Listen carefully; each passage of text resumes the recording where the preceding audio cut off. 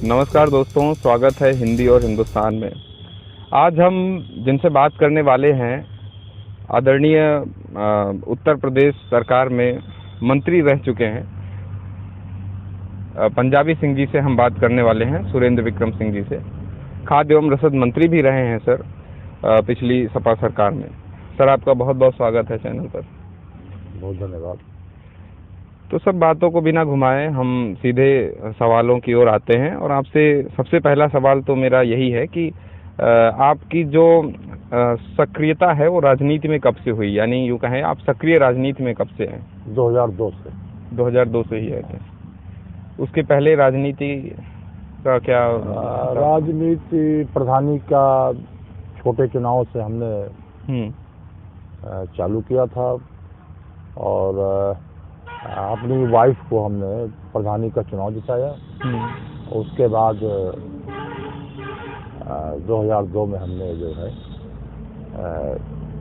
लोकसभा का चुनाव चल रहा था और यहाँ से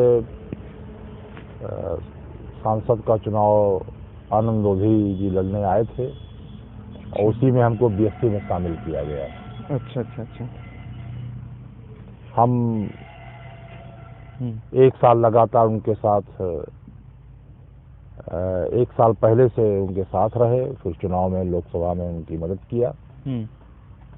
जब चुनाव हो गया, 2002 का चुनाव विधानसभा का आया, तो उन्होंने पार्टी से टिकट दिया हमको और 2002 में हम चुनाव जीते बीएसपी से। जी सर, वैसे हम आपके क्षेत्र में काफ़ी घूमे हैं। हाँ। अब हर गांव में आपको अच्छे से लोग जानते हैं, घर जैसा मानते हैं, लेकिन आपके जो क्षेत्र में लोगों को अभी भी नहीं पता, बहुत सारे लोगों को, कि आपका नाम पंजाबी क्यों है। मुझे भी नहीं पता। तो आपका क्या पंजाब से कोई संबंध है? नहीं, कोई संबंध नहीं है। जब मैं छोटा था तो हमारी बहन जो है, जब हम पढ़ने जाते थे, हमारी बहन भी थी जी। तो सिमरी पीएससी में, प्राथमिक स्वास्थ्य केंद्र में एक सरदार जी डॉक्टर थे। अच्छा। तो उनकी भी लड़कियां मेरी बहन के साथ पढ़ती थी। तो मैं उनके घर गया तो उन्होंने चूड़ा पहना दिया। अच्छा। तो घर जब हम देवली आए तो सब लोगों ने कहा ये तो सरदार हो गया, पंजाबी हो गया। उसी जगह से हमारा नाम लोग पंजाबी सिंह कहने लगे। तब आपकी उम्र क्या रही होगी? बस 11-12 साल। अच्छा। और 11-12 साल की उम्र में आपका जो नया नामकरण हुआ पंजाबी सिंह, आज क्षेत्र के अधिकतर लोग आपको पंजाबी सिंह के ही नाम से जानते हैं, आपके वास्तविक नाम से कम जानते हैं। जी सर, 2002 में अभी आपने बताया कि आप बसपा के टिकट से लड़े और प्रदेश में बसपा की फिर सरकार बनी। हाँ।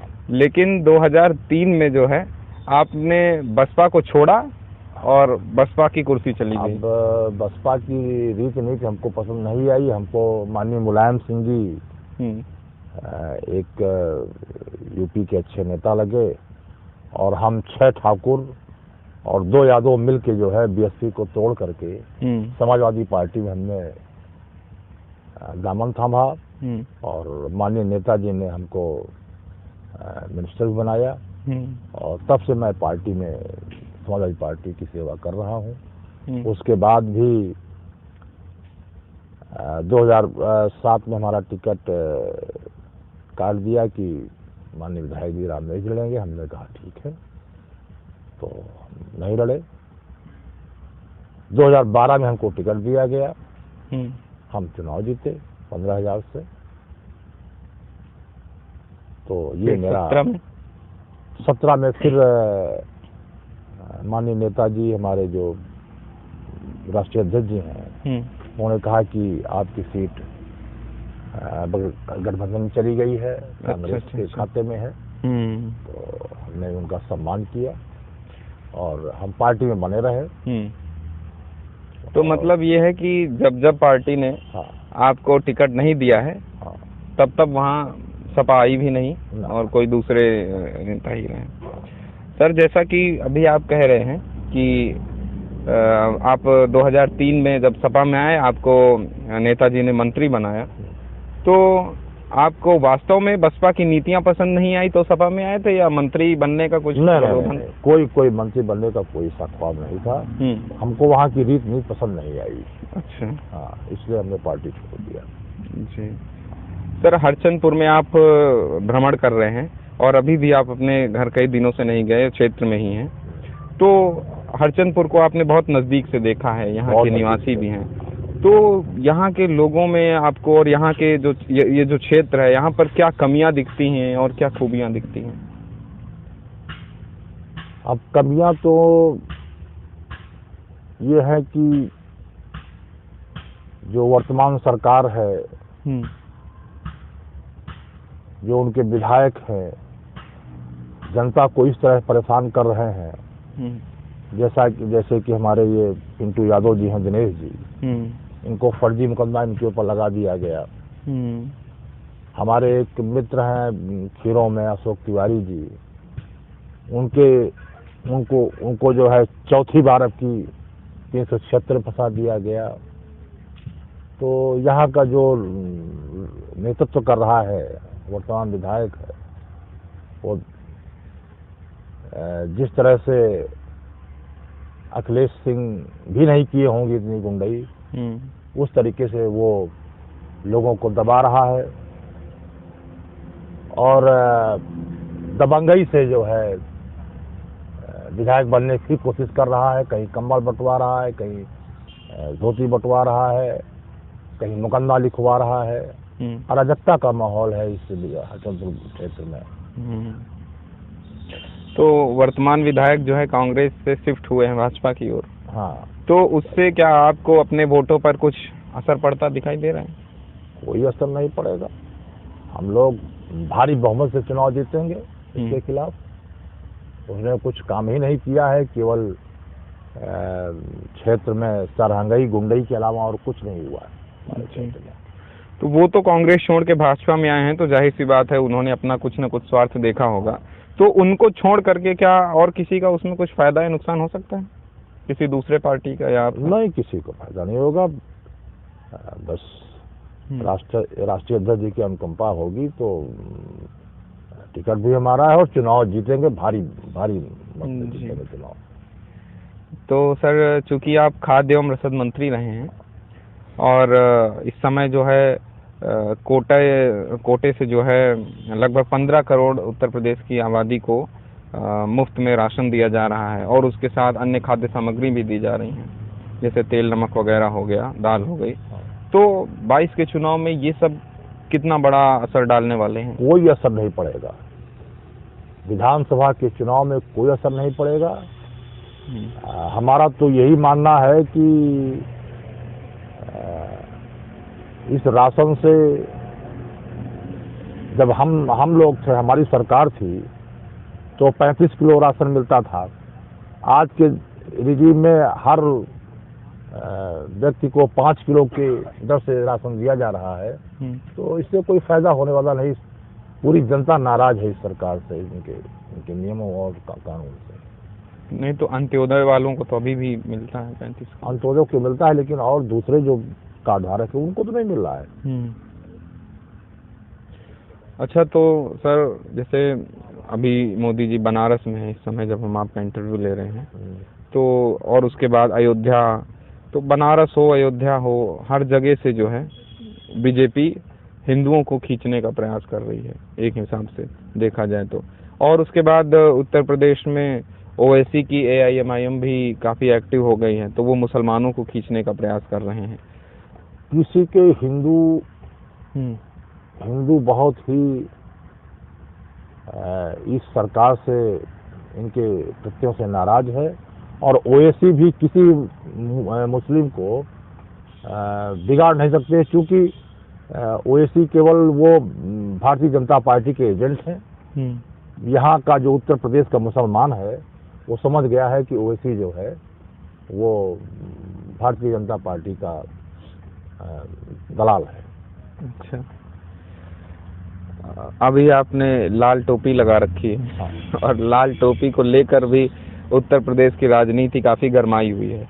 अभी ताज़ा बयान देखा जाए तो योगी जी का एक बयान आया था इस पर कि ये लाल टोपी बहुत जल्दी भगवे में बदलने वाली है, तो क्या अगर हम ऐसा देखें कि योगी जी क्या कहते हैं, क्या करते हैं, अब लाल टोपी से डर उनको इतना व्याप्त हो गया है। अरे लाल रंग तो बजरंगबली हनुमान स्वामी का भी था, जिससे कि पूरी पब्लिक उनकी पूजा करती है।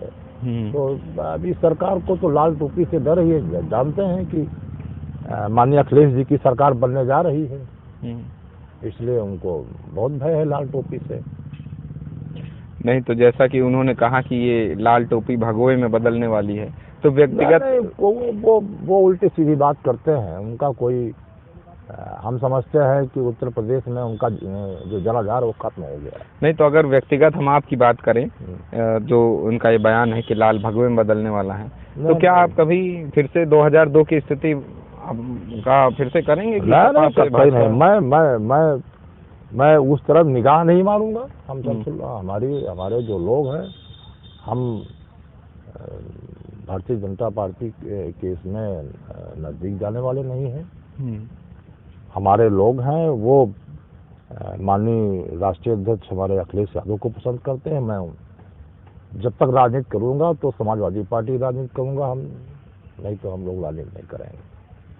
तो सर, अभी वर्तमान में जब आप अपनी विधानसभा घूमते हैं तो कौन से ऐसे काम देखते हैं जो आपको लगता है कि अगर मैं विधायक होता इस समय तो ये चीज़ें ना होती, ऐसा ना होता, ये बेहतर होता? वो कौन सी चीज़ें हैं जो सुधरनी चाहिए थी और अभी तक उनमें कुछ? सड़कें हैं सब टूटी पड़ी हुई है। बड़े बड़े आप आए होंगे हरचंदपुर से, तो देखा होगा कि किनारे किनारे से खुदी हुई है। हाँ, मोटरसाइकिल चल नहीं सकती है, बड़े बड़े गड्ढे हैं। और सरकार कह रही है कि हमने गड्ढा मुक्त कर दिया है। केवल इनके झूठे वादे हैं इस सरकार के, कोई काम नहीं किया 5 साल में। हमारे समाजवादी की सरकार थी, एक भी सड़क गड्ढा नहीं था।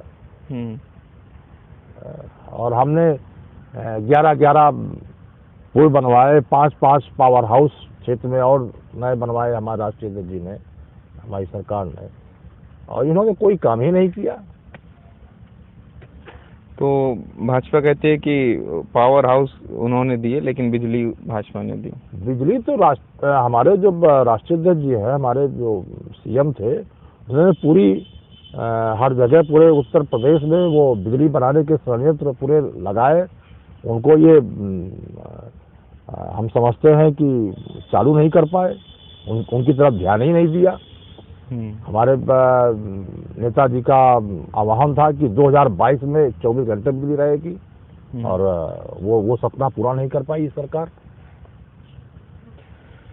तो अगर आप विधायक बनते हैं तो आपका विजन क्या होगा 5 सालों के लिए? आप कौन से मुद्दों को लेकर जनता के बीच अभी जाते हैं? अरे बिजली है, पानी है, सड़क है, दवाइयाँ नहीं मिल रही, किसी का इलाज नहीं हो रहा है। केवल फर्जी आडंबर भाजपा सरकार कर रही है। लोग मर रहे हैं, ना उनको विधायक ना देखता भी नहीं है कि इनको कोई सहायता की जाए। तो हम समझते हैं कि बिल्कुल भारतीय जनता पार्टी नाकाम रही है पूरे 5 साल। जी हाँ। तो इस 22 के चुनाव में आप अपना प्रतिद्वंदी किसको देखते हैं? कौन है जो आपका? हमारे सामने कोई टिकने वाला है ही नहीं, कोई मानते ही नहीं है, ये हवा में उड़ जाएंगे सब। तो आप हमारे चैनल के माध्यम से हरचंदपुर की जनता के क्या एक संदेश देना चाहेंगे? मैं तो आपके इस चैनल को बहुत हर तरीके से हम लोग सपोर्ट करेंगे, और ये चैनल हम समझते हैं कि जो सच्चाइयाँ हैं उत्तर प्रदेश की, वो दिखाने का काम करेगी। आप अगर हम गायों के विषय में एक थोड़ा सा छोटा सा प्रश्न कर लें तो आपके क्षेत्र में लगभग कितनी गौशालाएं हैं और उनमें कैसा काम चल रहा है? अब गौशालों का हाल तो ये है, जैसे हमारी कोई भी गौशाला आप जाइए, गौशालों में गाय और बैलों को बंद कर दिया गया है। उनके पास न चारा है, न पानी है, सब कोई मरा पड़ा है, कोई इधर पड़ा है, कोई उधर पड़ा है। आप देखे जाके जो हाल कर दिया है इस सरकार ने, तो देखा नहीं जाता है। चलिए सर, आपने हमें समय दिया, और एक बार फिर से यही कहेंगे कि जब जब हरचंदपुर से आपको टिकट नहीं मिला है, तब तब वहाँ से कोई दूसरा प्रत्याशी जीतता आया है, कोई दूसरी पार्टी का विधायक बनता आया है, तो इस बार अगर पार्टी आप पर भरोसा करे और आपको टिकट दे, तो निश्चित रूप से आप वहाँ पर विजय हासिल करेंगे। बिल्कुल बिल्कुल, कोई ठीक है सर, हमें समय देने के लिए और हमसे बात करने के लिए बहुत बहुत धन्यवाद।